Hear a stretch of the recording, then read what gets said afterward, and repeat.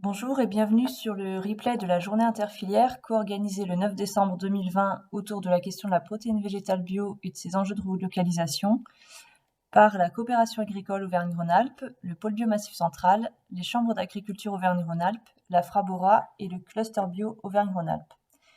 Vous pourrez visualiser ici le webinaire dédié à l'alimentation des ruminants, avec tout d'abord un rapide état des lieux de ces filières sur la région et ensuite des témoignages autour des démarches mises en place par Biolay et Sodial pour relocaliser la production de protéines dans les élevages adhérents à ces laiteries. C'est un petit rappel sur les filières ruminants bio en Auvergne-Rhône-Alpes. Donc ce sont les chiffres de l'agence bio pour l'année 2019. Donc avec les différents cheptels en vaches allaitantes, vaches laitières, brebis viande, brebis laitières et en chèvre. Donc ce qui est important à noter, c'est que par rapport à 2018, donc ces cheptels continuent leur progression en bio, à l'exception des brebis laitières qui sont légèrement en recul de 8%. Sinon, pour tous les autres cheptels, donc on voit que la filière bio continue à progresser. Au niveau des productions végétales, donc en céréales, oléagineux et protéagineux, on vient d'avoir un état des lieux assez complet juste avant. Donc même chose, je ne vais pas m'attarder. Les protéagineux, on est donc sur la région Auvergne-Rhône-Alpes, on n'a encore pas énormément de surface. On a un peu plus de 1100 hectares. Toutefois, on voit quand même une belle progression donc de 17% entre 2018 et 2019. On va revenir, si vous le voulez bien, sur le déroulement du webinaire avec 2 témoignages. Donc Valérie Chailloux-Février, qui est éleveuse de vaches laitières en agriculture bio en Vendée. Donc elle est un petit peu loin de nos montagnes, mais je la remercie d'avoir pu participer avec nous. Donc elle nous présentera notamment la démarche de Biolay vis-à-vis des protéines végétales. Et à ses côtés, donc il y aura Sébastien Courtois, qui lui est éleveur de vaches laitières dans le Rhône et qui est administrateur Sodial et qui nous présentera donc la démarche de Sodial sur les questions des protéines. Donc je vous invite tous les deux à relancer vos micros et vos caméras.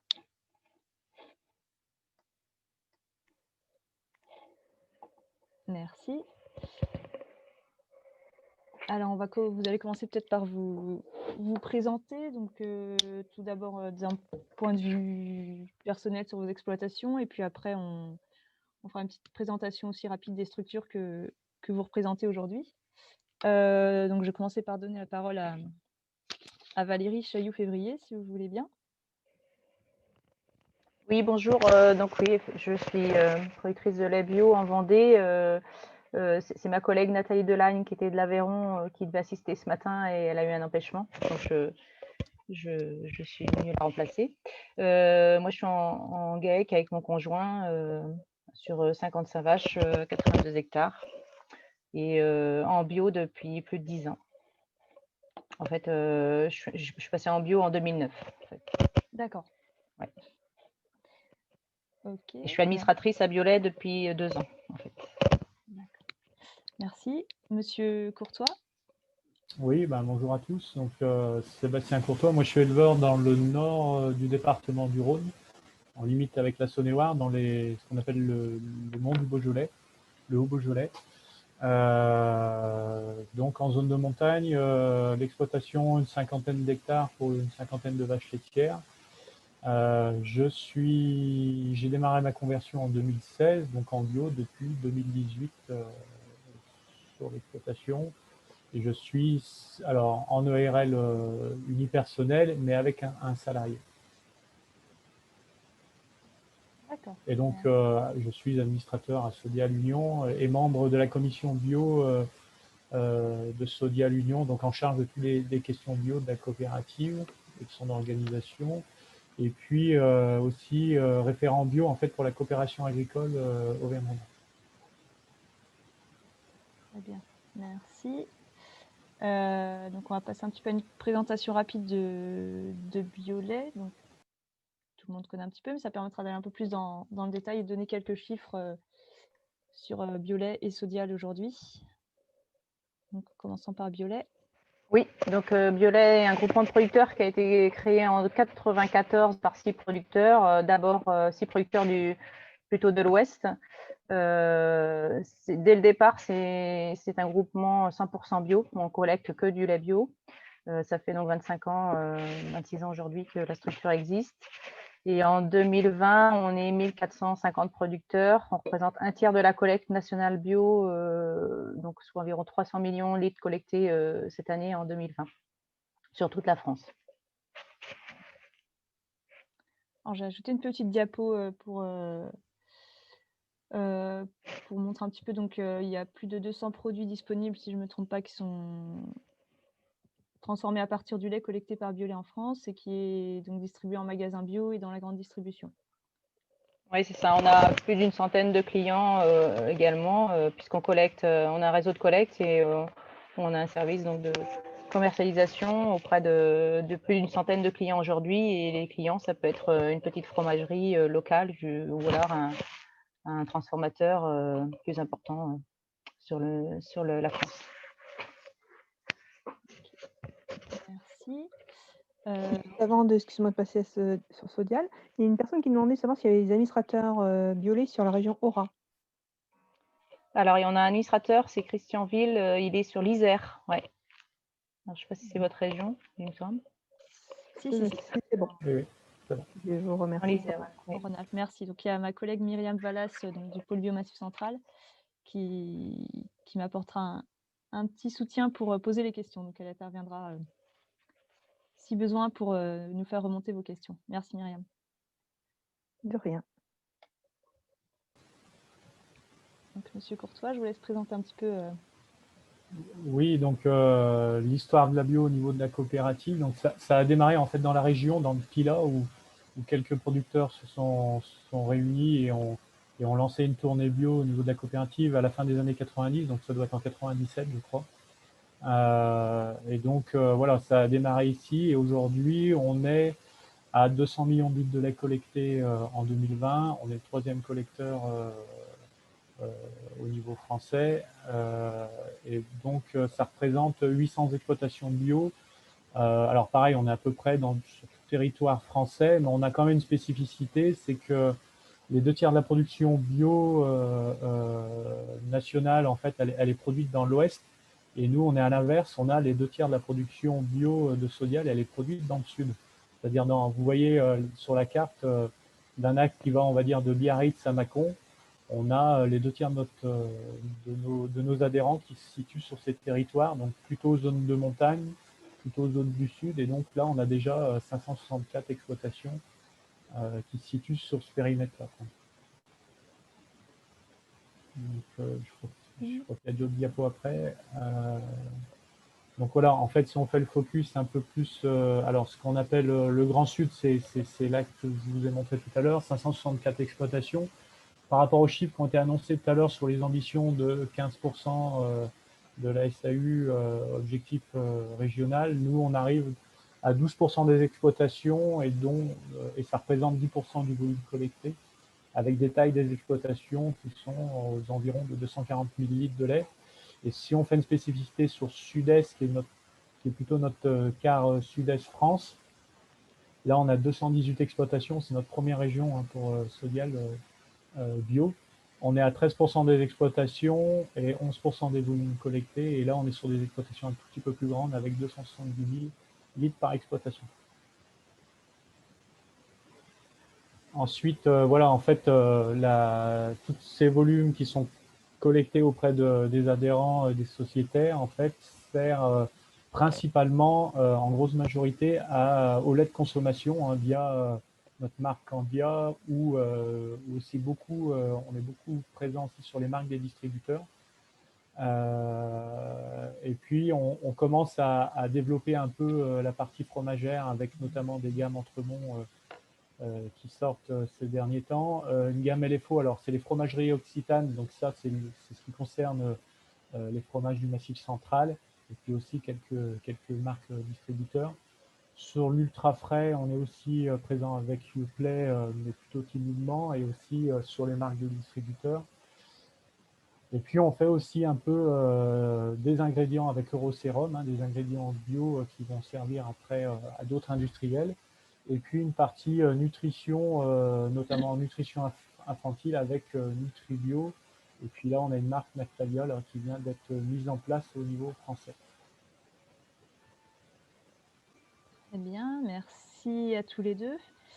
Donc du coup, pour rentrer dans le vif du sujet des protéines végétales, je vais vous demander donc si vous pouvez nous dire en seulement 2-3 mots pour l'instant, on rentrera dans le détail un petit peu plus tard.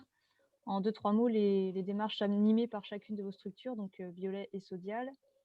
Quel type de démarches ont été choisies et avec quels grands objectifs? Donc on va commencer par Sébastien pour changer de première prise de parole. Ok, je ne sais plus, il y a une diapo après ou non, je vais directement. J'ai prévu de les mettre plus tard. Juste là en 2-3 mots. Ouais. Ok, non, juste en tout cas par rapport à cette question de l'alimentation en protéines des animaux, on avait déjà publié en fait une note au niveau de la coopérative il y a 3 ans de ça où on incitait fortement les adhérents à travailler au sein même de leur exploitation à cette question-là, en fait, d'améliorer les pratiques au niveau des exploitations pour déjà produire le maximum de protéines sur les exploitations. Et on sait que voilà, la partie pâturage et la partie herbagère, en fait, c'est déjà la base en fait, de cette partie protéique. Ensuite, là, on vient ce deuxième semestre 2020 de sortir un référentiel bio-sodial où on vient identifier en fait ce qu'est la bio au niveau de notre coopérative. Et là, on a plusieurs thèmes sur l'alimentation du troupeau et on reviendra un peu plus sur cette question-là tout à l'heure, sur la qualité, sur le bien-être animal, la biodiversité, l'environnement, le social et puis le data, puisqu'on est assez connecté avec nos exploitations. Donc voilà, c'est ce référentiel qu'on vient de sortir et qui intègre notamment cette question de l'approvisionnement des protéines. Donc voilà, c'est toute une nouvelle mesure qui vient vraiment nous donner une identité bio. Très bien, merci. Du coup, Madame Chailloux-Février, pour Biolay, est-ce que vous pouvez nous dire même chose en 2-3 mots, le type de démarche de Biolay sur les protéines végétales?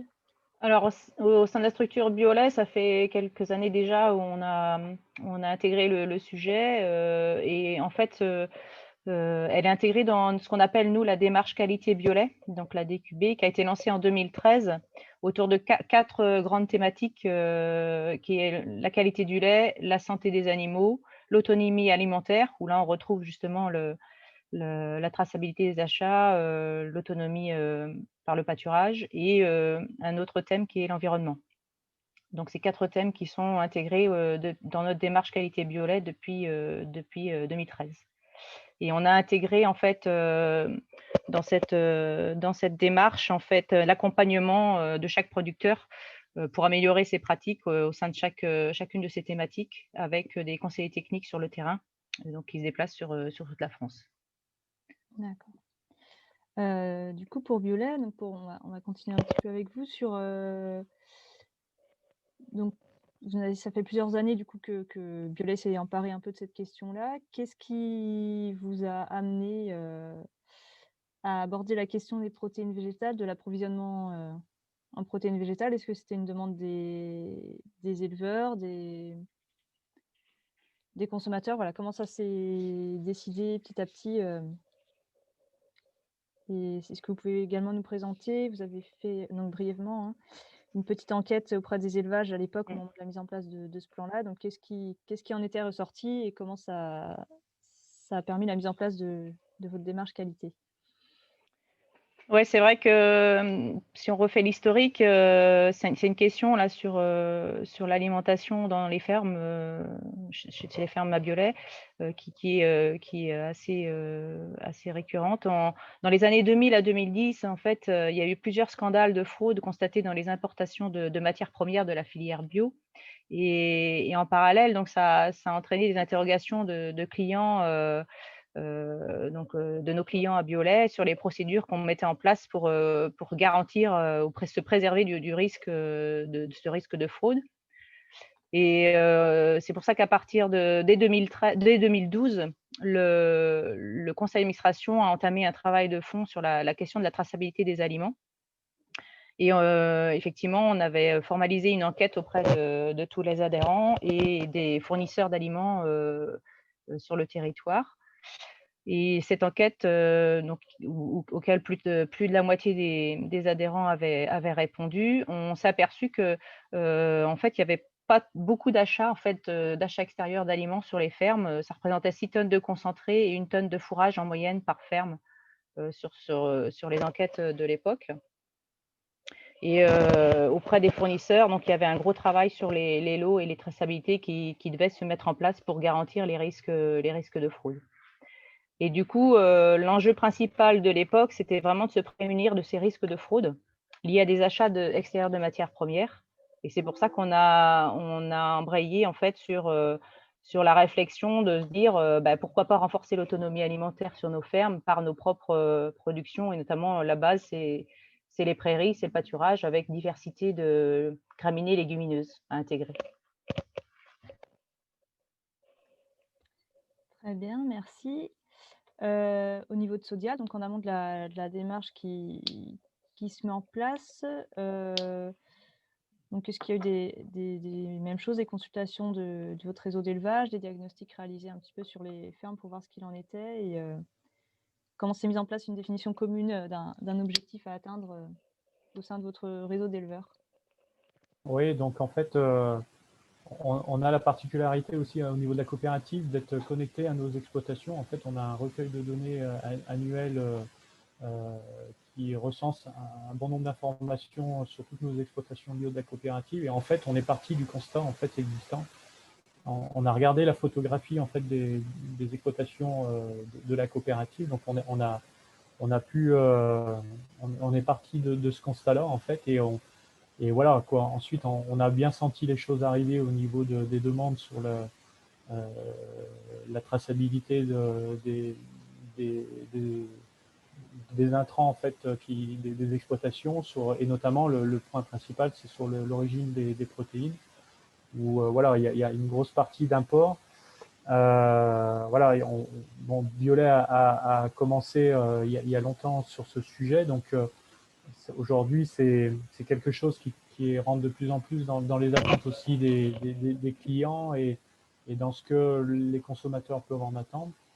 Donc du coup, on est vraiment parti, on a relié les deux, quoi, en fait, des pratiques des exploitations et puis des attentes clients et consommateurs, quoi. Donc on s'est dit, il fallait qu'on avance impérativement. On a une commission bio au niveau de la coopérative qui réunit en fait des élus de la coopérative bio, mais aussi nos filiales, hein, comme Candia, Entremont, enfin voilà, pour la plupart, et où on a travaillé sur ce référentiel et sur ensemble en fait, et vraiment on a identifié ce besoin d'aller de ramener un peu de la cohérence, et puis une partie aussi d'éthique en fait sur ces approvisionnements des protéines, et puis de rassurer derrière des clients et des consommateurs qui sont toujours plus demandeurs de traçabilité, enfin voilà. Donc on a clairement lancé les choses là sur cette deuxième partie d'année 2020. Voilà, donc on va continuer justement avec vous, Sébastien. Alors juste une question, si tu veux bien, avant Oui. de précision. Des compréhensions. Alors du coup, il y a une personne qui demandait, mais du coup j'ai pas vu mon mail, les chats au bon moment. Moment, il me pose une question de l'accompagnement technique, collectif ou individuel. Alors je sais pas si c'était au moment du témoignage sur Biolay ou Sodial. Désolée, là j'ai eu un petit bug de suivi. Ouais. Bah, On abordera ce point-là plus tard, mais si vous voulez D'accord, si tu reviens là-dessus plus tard, c'est bon, réponds-moi. on reviendra. Et donc du coup, une autre question, c'est de savoir, alors c'était plutôt spécifiquement sur Biolay, comment était pris en compte la spécificité montagne pour vous au sein de Biolay? Notamment avec on sait que, il y a une pâture en montagne, la saison commence beaucoup plus tard, et or le prix est plutôt en baisse au début de printemps. Alors du coup, comment cette spécificité montagne peut être prise en compte au sein de Biolay? Excuse-moi, c'était juste une compréhension, donc du coup, avant peut-être, en théorie, la question des prix va pas être reprise plus tard, donc Oui, alors pour l'accompagnement technique, c'est des accompagnements qui sont faits sur les fermes, donc suivant des thématiques et aussi pour la validation des chartes des bonnes pratiques. Donc ça, c'est individuellement sur les fermes. Après, il peut se créer des groupes d'échange de producteurs au niveau des territoires. Donc l'exemple, on y reviendra tout à l'heure, mais l'exemple d'un groupe sur le Rhône et la Loire, justement par rapport à cette question de protéines végétales, en est un exemple. Donc on a des conseillers techniques sur la France qui ont un certain nombre d'exploitations sur lesquelles ils interviennent. Et pour la partie prix spécifique montagne, donc Biolay n'a pas de prix spécifique montagne. On est sur un prix la bio partout et pour tous, c'était le slogan de départ de Biolay, et on est sur un prix donc sur les bases pour le même pour tous, quoi, avec forcément des spécificités qui sont plus liées à la qualité, mais ça c'est par la notion des fermes proprement dit.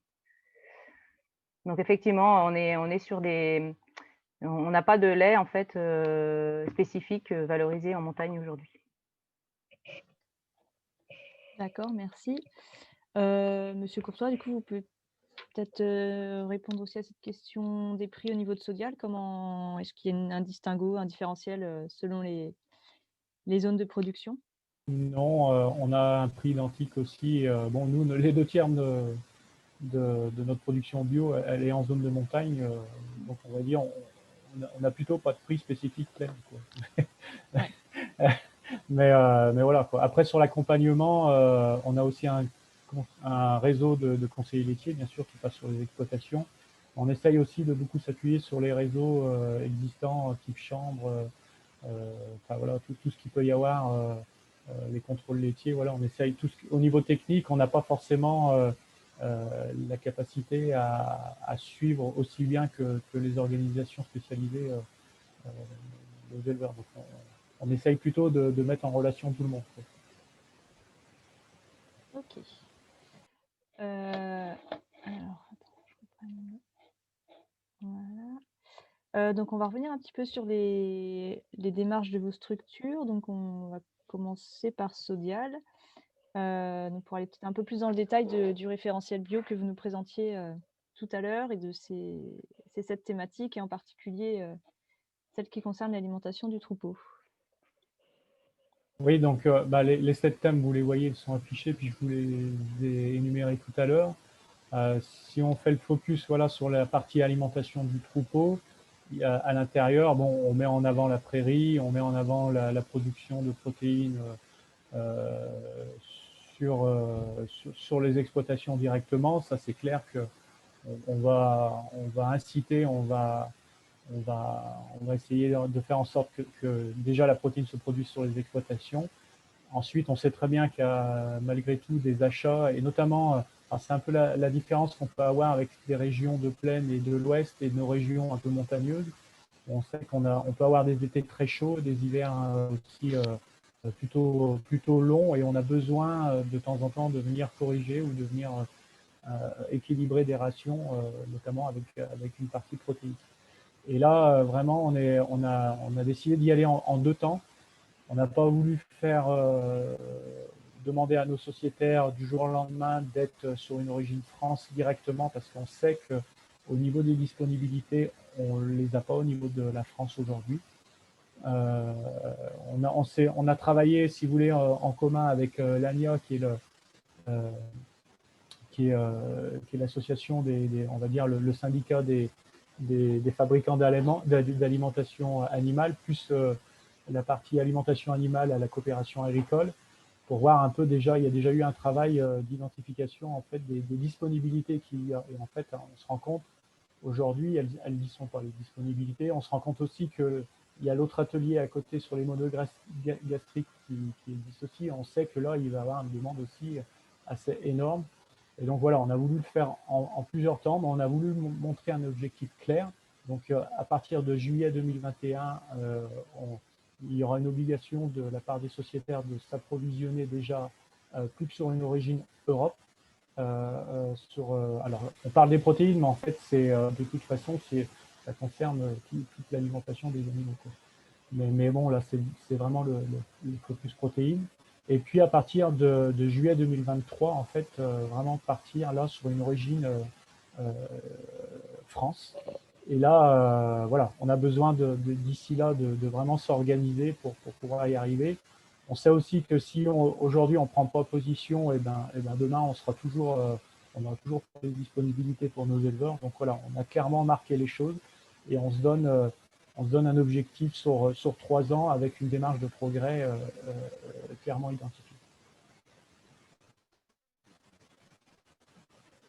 Du coup, sur ces questions-là, j'ai une question, une demande de précision. Est-ce que vous avez une idée de ce que ça demanderait, quels seraient les besoins en soja bio d'origine France si toutes les exploitations de Sodial achetaient tout en France? Donc quel volume de soja ça pourrait représenter si vous avez des données? Et puis du coup, le tourteau de soja, enfin on parlait des tourteaux de soja et le tourteau de soja bio origine UE que vous envisagez à partir de juillet 2021, c'est quelle origine? Origine UE, vous avez déjà une idée de quel territoire vous viseriez? Je ne sais pas. Alors, pour répondre à cette question-là directement sur origine UE, je crois que c'est assez clair, quoi. Il faut que les protéines achetées soient origine de l'Union européenne, hein. Donc, c'est les pays qui. Après, on sait qu'il y a un peu de disponibilité sur certains pays qui commencent à développer ces parties-là.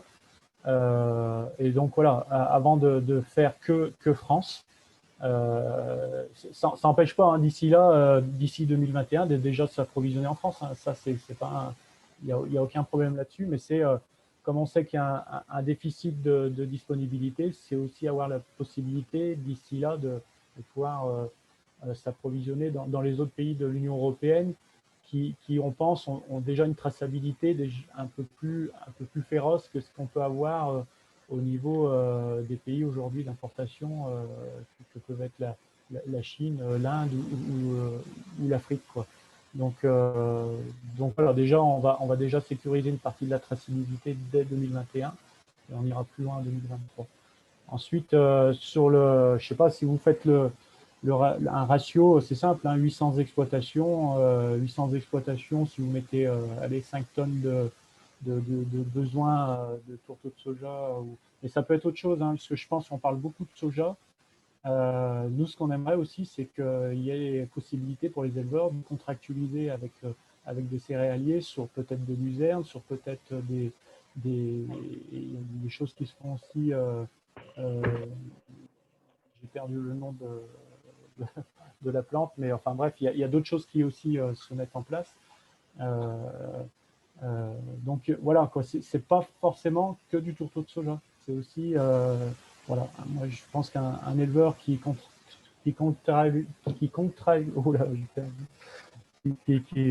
contractualise avec un céréalier via des coopératives, hein. Je crois qu'il y a des exemples qui se font déjà, par exemple sur le maïs épi dans nos régions. Si ça peut se faire demain sur des luzernes, sur des choses comme ça, c'est déjà aussi un avancement aussi sur l'autonomie protéique au niveau local. Donc il faut aussi mettre en avant ces disponibilités-là.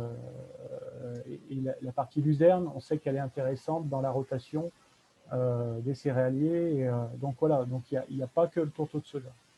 Mais voilà, enfin, après, vous faites le ratio, hein, vous mettez 5 tonnes, on va dire, de tourteaux par exploitation sur 800, on est à 4000 tonnes déjà, donc ça fait déjà un peu de volume.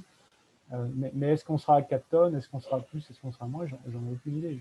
On pense quand même qu'il y a un certain nombre d'améliorations dans les exploitations qui vont permettre peut-être de diminuer cette partie-là, quoi.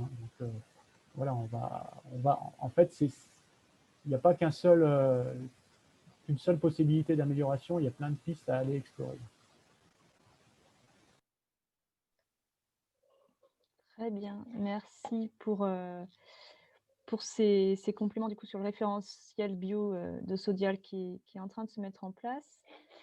Alors du coup, même question pour Biolay. Est-ce que vous pouvez nous détailler un petit peu plus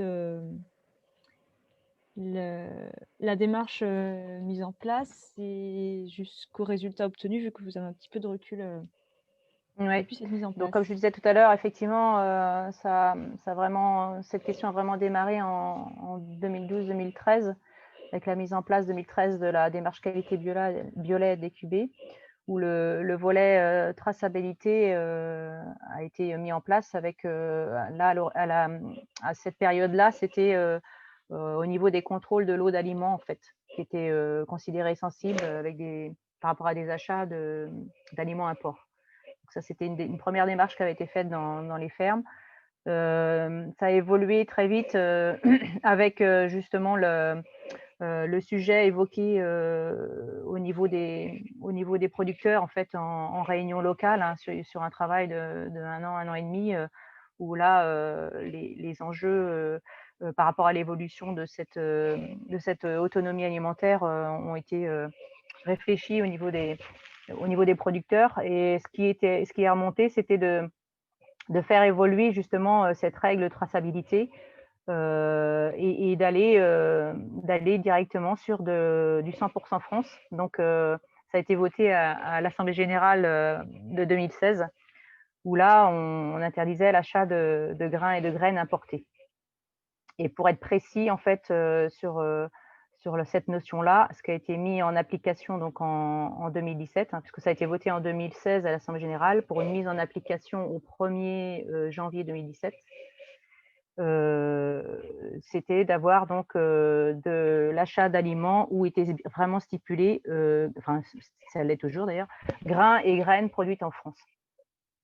Et on a décalé cette année-là, 2017, on a décalé de 3-4 mois la mise en place, parce qu'on a eu quand même en 2016 des récoltes céréales bio faibles. Et du coup, au lieu de mettre en place au 1er janvier 2017, on l'a mis en place au 1er avril 2017. On a redécalé pour que les producteurs ne soient pas en fait coincés au niveau d'achats justement de matières premières suffisantes sur le commerce.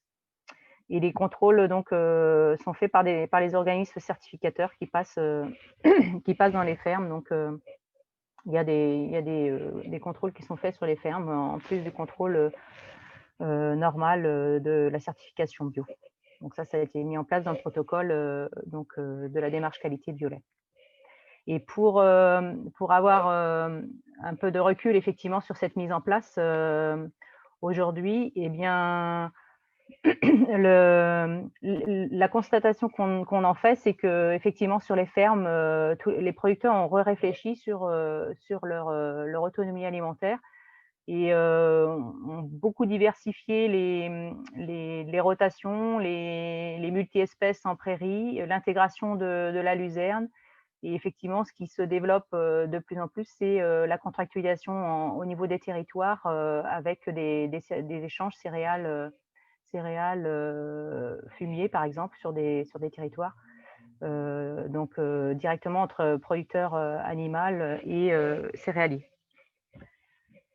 Et globalement, alors je n'ai pas les chiffres en tête, mais l'achat d'import, enfin l'achat extérieur d'aliments a baissé en fait sur les fermes. Puisque là, en fait, ce qui a été renchéri, c'est le travailler sur l'autonomie par les propres rotations et assolements diversifiés donc sur les fermes. Donc aujourd'hui, effectivement, ça a amené aussi à développer tout ce qui est biodiversité, améliorer le bilan carbone dans les fermes à Biolay, avec donc remise en place des surfaces prairies, et favoriser aussi c'est vrai que la complémentarité de ce choix de vouloir aller assez vite sur le 100% France, c'était pour que ça soit une complémentarité aussi entre les filières, et notamment avec les filières céréalières, pour développer des surfaces bio en céréales sur la France. Et l'enjeu sociétal, c'est aussi de se prémunir collectivement du risque de fraude qu'on a pu avoir, comme je disais tout à l'heure, dans les années 2000-2010.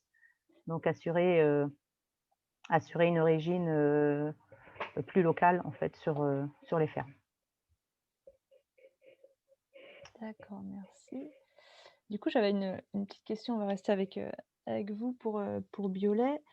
Une petite question qui me venait par rapport à l'accompagnement et par rapport au petit tableau de post-it qu'on a fait tout à l'heure où la question des protéines végétales issues des prairies était aussi très importante et à ne pas négliger. Mmh. Est-ce que l'accompagnement technique dont vous parliez tout à l'heure concerne aussi du coup l'appui sur la mise en place de prairies qui seraient plus riches en protéines? Oui, oui, tout à fait. Ça fait partie d'un travail aussi qui peut être amené par les conseillers techniques, mais aussi qui est amené par les échanges entre producteurs à Biolay, soit par de la documentation interne avec des échanges techniques qui sont faits et qui sont aussi viabilisés par les conseillers techniques sur tout le territoire. Donc effectivement, oui, c'est un point important qui a été aussi mis en place via cet apport technique. Et c'est vrai que c'est pas rare que les producteurs s'échangent directement entre eux sur des techniques propres qu'ils peuvent voir par des articles donc dans nos buts en information interne en fait. Merci.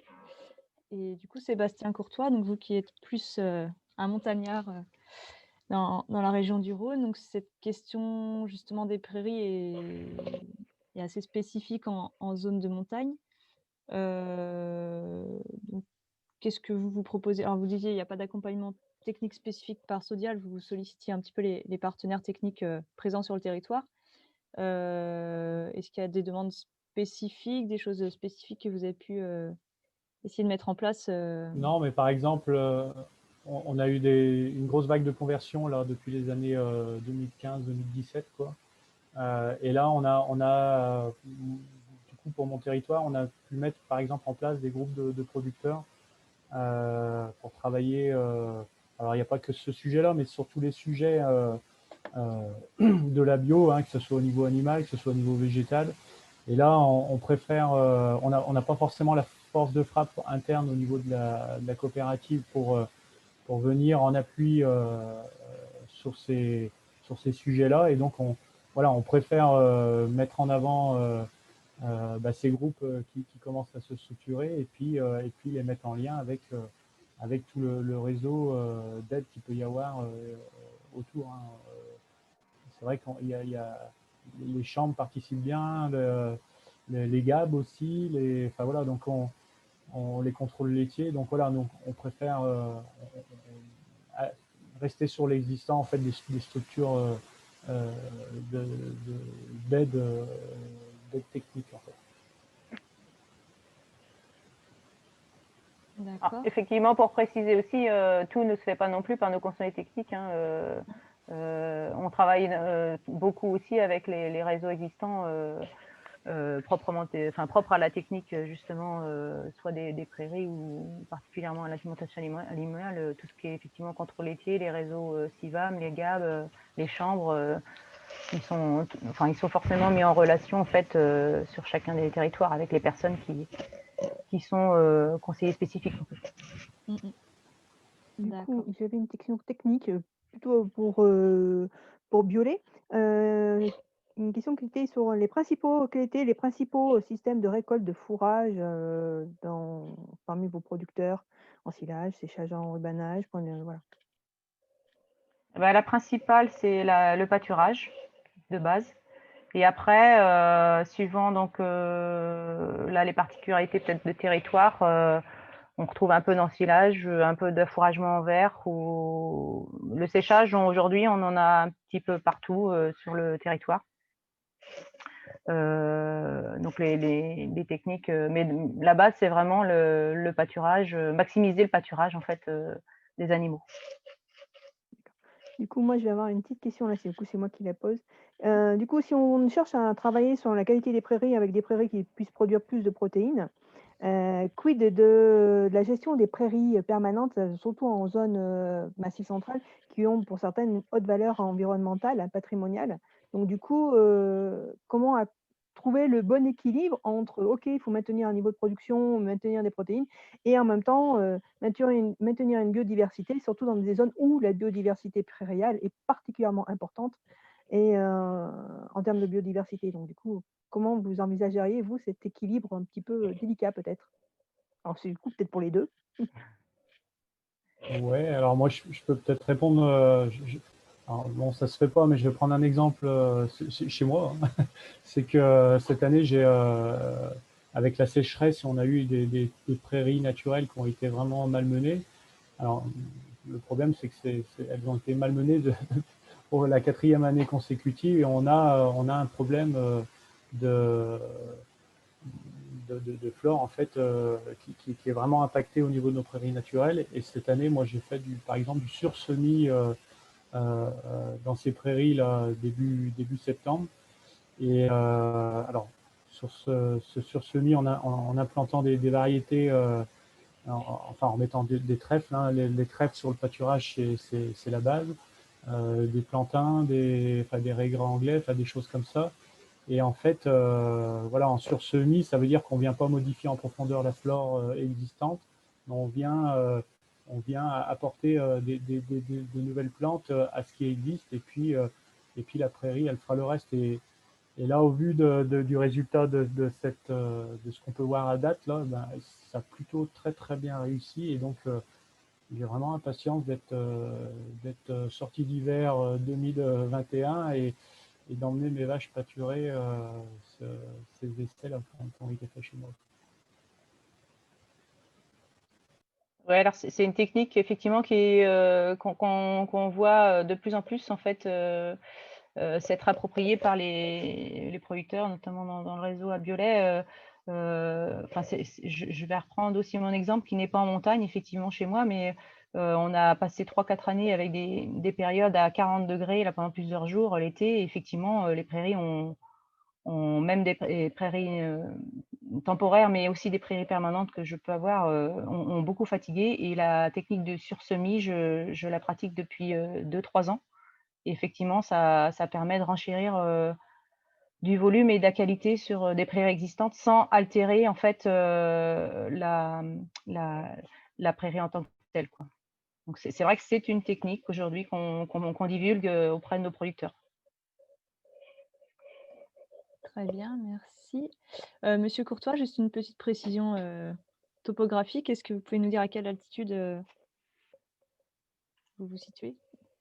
Alors, pour les vrais montagnards, ça va faire sourire, mais moi, mon exploitation est à 500 mètres, mais en fait, on a beaucoup de dénivelé, ça va de 400 à 1000 mètres en fait chez moi, quoi. D'accord. Mais j'ose pas vous dire, moi, alors, C'est ce que j'allais dire, je pense que ça peut aussi faire sourire la Vendéenne. je suis à 140, moi. D'accord. Non, mais on a vraiment un paysage de semi-montagne très très vallonné en fait. Et avec difficile, enfin, c'est très difficile chez nous Ouais. le labour et des choses comme ça. Les cultures, on n'est pas des pros de la culture, plus du pâturage. On n'en a pas parlé non plus, mais dans enfin, dans certaines régions ou secteurs où vous êtes, il y a le problème de la sécheresse, c'est effectivement vrai, et sur le territoire au plus large aussi. Mais un autre phénomène qui devient perturbant aussi sur les productions fourragères des prairies, c'est les râteaux-pieds. Enfin, on n'en a pas parlé encore, mais c'est quand même un problème qui devient récurrent et qui altère quand même la productivité des prairies sur vos secteurs. Oui, effectivement, je pense que Madame Delagne, qui aurait dû être là et qui est éleveuse en aviron, aurait pu en témoigner. Je ne sais pas si dans le Rhône, c'est Alors dans le déjà Rhône, pas. Alors on n'est pas encore en alerte par rapport à ça. Par contre, oui, on n'est pas très loin aussi de la Bourgogne-Franche-Comté où là il y a vraiment eu des dégâts importants. Alors ça dépend des années, mais oui, oui. Enfin, c'est un souci aussi de plus à prendre en Ouais. considération. merci. Pour revenir un petit peu sur, les démarches de vos structures, donc je vais faire une dernière petite question avant de passer aux questions, des participants. Donc on a parlé de l'accompagnement technique. Est-ce que dans vos démarches, il y a aussi de l'accompagnement, peut-être économique ou politique? Enfin, c'est pas forcément des outils que vous avez en main, mais comment vous essayez d'accompagner les éleveurs là-dessus en leur présentant ou leur ou en portant à leur connaissance les leviers politiques et économiques qui peuvent exister. Et est-ce que vous, en tant que collecteur, vous avez, alors je ne sais pas si ça se fait, hein, c'est une question un peu naïve peut-être, mais est-ce qu'il y a des partenariats ou des choses comme ça avec des fournisseurs d'aliments et qui peuvent justement être un levier à mobiliser pour accompagner les éleveurs dans la partie achetée des protéines? Alors, nous, à Biolay, on a en fait, quand on a abordé la question de travailler l'autonomie alimentaire sur les fermes, c'est aussi bien évidemment, essayer de rechercher aussi du gain, économique sur les fermes. En fait, donc ce travail-là, il est forcément de pair avec l'apport, technique qu'il peut y en avoir. Et du coup, on veut laisser aussi le choix aux producteurs d'avoir la main sur le type de partenaire avec qui il veut travailler. Donc, au niveau des fournisseurs, on n'a pas contractualisé avec des partenaires particuliers sur la fourniture d'aliments, entre autres.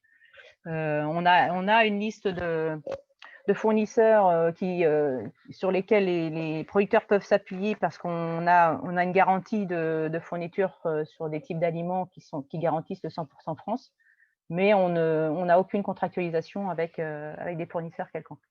On laisse vraiment le libre choix aux producteurs de faire appel à certains ou plus qu'à d'autres s'ils le souhaitent. Alors au niveau de Sodial, c'est exactement la même chose, hein. Chacun est libre sur son exploitation d'aller vers tel ou tel fournisseur. Par contre, ce qu'on a mis en place, nous, depuis la validation du référentiel de la fin juillet, c'est qu'on a rencontré, et via notre réseau de la coopération agricole, en fait, notamment dans la région, on a rencontré les coopératives grandes cultures de la région pour vraiment leur montrer notre référentiel et leur montrer pourquoi on voulait aller vers cette localisation de la protéine, et pour vraiment montrer le go en fait au réseau des coopératives pour qu'elles s'organisent en interne à mettre en production en fait cette protéine au niveau régional. Donc on le fait au niveau régional, on le fait aussi au niveau de la commission bio de Côte-de-France, de la coopération agricole pardon, au niveau national. Donc voilà, on va avancer. Notre réseau de la coopération nous aide quand même beaucoup à vraiment lancer les initiatives de la part des coopératives de grande culture en fait. Et on va continuer d'aller fortement avec ce réseau-là pour créer du lien, créer et créer en fait ces filières-là. Et voilà quoi. Nous, on participera par ce biais-là en fait. Mais en interne, alors on vend un petit peu d'aliments, mais en bio, on n'a rien. On est juste des prestataires en fait. Mais voilà quoi. Le but, c'est vraiment que les vrais acteurs des filières végétales se mettent en route pour produire cette protéine et créer du lien. C'est ça qui est important, je crois, on en a parlé tout à l'heure, mais si la contractualisation et les choses qu'on pourra faire entre les éleveurs et les céréaliers, et je crois que c'est important de le faire pour s'inscrire dans la durée, aussi bien en termes de visibilité sur les volumes que sur les prix aussi, quoi. Parce que bon, il y aura un différentiel de prix malheureusement sur ces protéines d'origine France, et il faut qu'on puisse stabiliser les choses et qu'on fasse pas l'erreur du conventionnel, avoir des prix qui font yo-yo en permanence et jouer avec ça, quoi. Nous, on n'est pas trop partant pour ce genre de choses, quoi. On préfère la stabilité et la longueur de vue. Très bien, merci à tous les deux. Merci pour cette dernière petite intervention qui peut faire office un peu de conclusion, donc avec les grands enjeux, les points de vigilance à avoir. Donc si vous avez rien à ajouter, tous les deux, on peut passer à la phase de questions avec les participants. On va se donner jusqu'à 11h20 à peu près pour permettre à chacun de prendre une petite pause avant la suite de la journée. Donc Myriam, je te Alors, laisse la main pour les voilà. questions. j'ai un peu coupé le déroulé parce que j'ai fait prendre il n'y avait pas beaucoup de questions, mais les questions d'éclaircissement, je les ai posées au fur et à mesure. Sinon, il y a un certain nombre de questions autour du prix.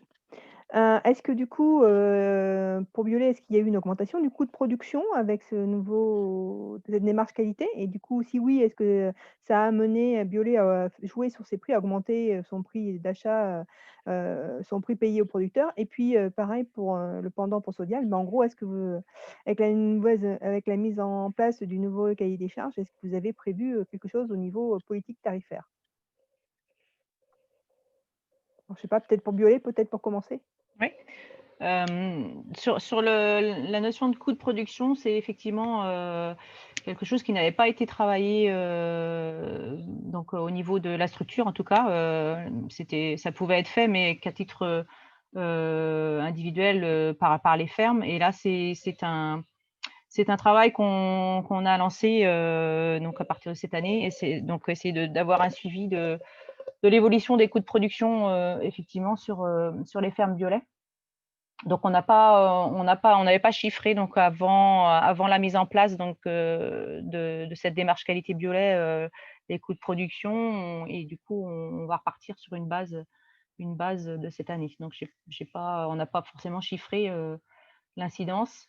Ce qui en ressort, c'est que le fait d'accentuer ou de rechercher toujours plus d'autonomie sur les fermes peut amener à limiter le coût de production. Le bémol que j'apporte, c'est que les aléas climatiques ont fortement quand même perturbé la notion de production de fourrage, et donc de coût de production derrière, en général, hein, sur les fermes.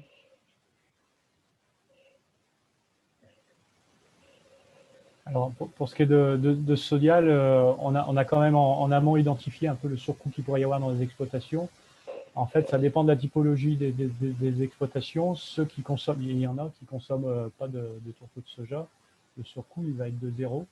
Pour ceux qui sont avec des consommations intermédiaires, on va être allé autour de 10 euros les millilitres potentiellement. Et ceux qui en utilisent,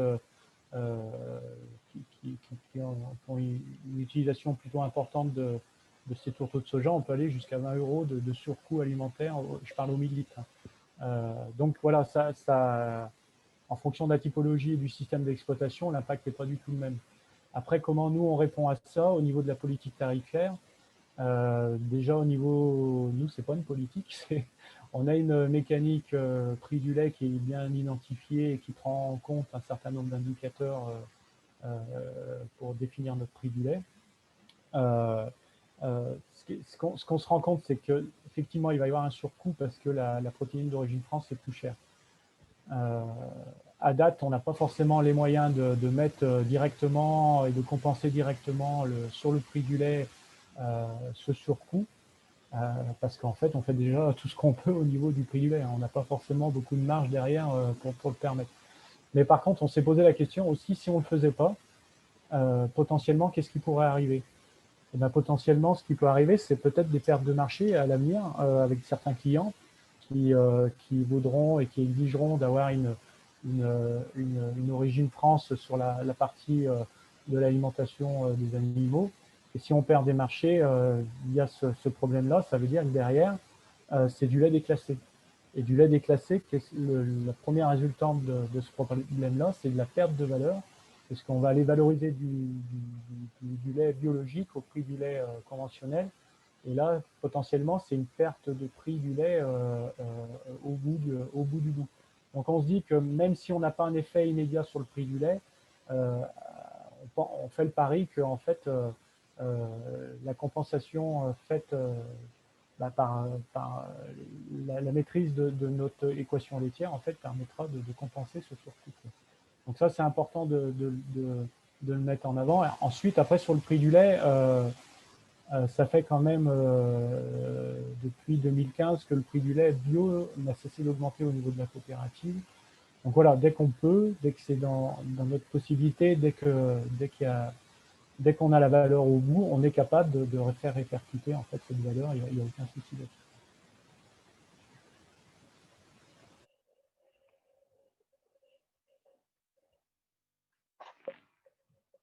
Du coup, là, il n'y a pas trop de questions. Il y avait une remarque qui avait été faite sur attention aux sources minies, hein, qui pourrait peut-être poser des questions au niveau des aides PAC, parce que ce n'est pas une pratique qui est reconnue. Il ne faudrait pas qu'elle soit pénalisée, parce que non prévue et du coup, non prévue dans la façon de conduire les surfaces au regard des aides. Donc là, c'était plus une remarque qu'une question. Sinon, du coup, j'ai une question, c'est comment ça se passe ou comment vous l'envisagez de communiquer, de faire savoir, de faire valoriser votre démarche auprès, de vos clients respectifs? Parce que somme toute, c'est une démarche qualité, comment la faire reconnaître aussi au niveau des personnes auprès desquelles vous commercialisez?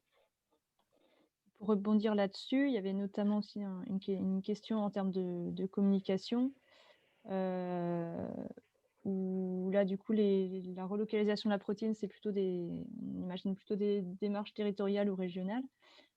Du coup, est-ce que vous envisagez aussi en termes de com, des choses plus territorialisées que nationales?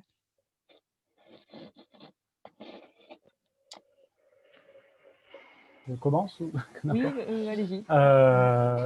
Pour ce qui est de la communication, en fait, on a un plan assez précis là-dessus. On a commencé, depuis la mise en place de ce référentiel, on a fait tout un tas de réunions avec nos sociétaires entre les deux confinements. Bon, on a pu le faire, quoi. Et donc, on est allé au-devant de nos sociétaires. Donc déjà en interne, on l'a fait en présentiel. On va lancer une communication écrite à tous les sociétaires parce que tout le monde ne participe pas forcément à toutes ces réunions. Mais ça va être dans le deuxième temps. Et je vous dirais juste que je vous donne rendez-vous en 2021 puisque là, on va vraiment avoir une communication avec certains temps forts au niveau de l'année par rapport à ce référentiel.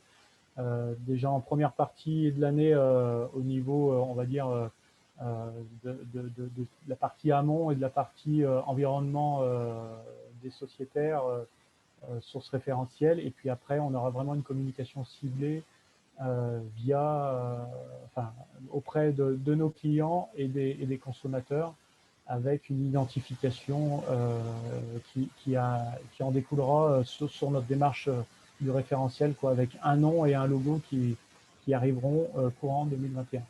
Mais on reviendra,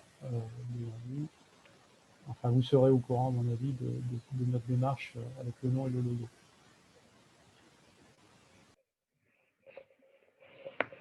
Donc nous à Biolay, je dirais que sur la communication en interne au niveau des producteurs, ça a été relativement simple puisque en fait la réflexion elle émane des producteurs en fait avant la mise en place de cette démarche qualité Biolay avec 100% d'Aliments France. Donc ça a été en fait une continuité des réflexions et du contexte amené par les producteurs en réflexion locale.